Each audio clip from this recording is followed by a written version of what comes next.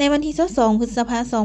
2565กรมคุ้มครองการบัญชีกระทรวงการเงินได้จัดกองประชุมคนครัวห่างข้อตกลงว่าด้วยขั้นตอนและกลไกการปรับปรุงเลขรหัสและเนื้อในสารบัญบัญชีงบประมาณโดยการเป็นประธานของทานนางดาววรท้องจันทร์หัวหน้ากรมคุ้มครองการบัญชีมีคณะกรมคณะแผนกคณะคนครัวห่างข้อตกลงพร้อมโดยต่างหน้าหน่วยงานจะตั้งปฏิบัติโครงการ PIU เข้าร่วมในกองประชุมได้นำเสนอคนครัวและเฮียบเฮียงเกี่ยวกับห่างข้อตกลงว่าด้วยขั้นตอนและกลไกการปรับปรุงเลขรหัสและเนื้อในสารบัญบัญชีงบประมาณให้ถูกต้องและสอดคล้องกับระเบียบการเพื่อเป็นบอนอิงให้คณะรับผิดชอบคุ้มครองปรับปรุงเลขรหัสและเนื้อในสารบัญบัญชีงบประมาณและภาคส่วนที่เกี่ยวข้องจัดตั้งปฏิบัติเวียกงานดังกล่าวในตอนท้ายประธานกองประชุมเรียกร้องมายังบรรดาผู้เข้าร่วมที่เข้าร่วมกองประชุมในครั้งนี้ให้เอาใจใส่ประกอบคำคิดเห็นอย่างกงไปกงมาเพื่อให้ห่างข้อตกลงดังกล่าวสำเร็จตามระดับคาดหมายจากนั้นจึงมาถอดถอนบทเรียนน้ำกันเกี่ยวกับตัวอย่างและกรณีต่างๆพร้อมทั้งสิ่งท้าทายและวิธีการแก้ไข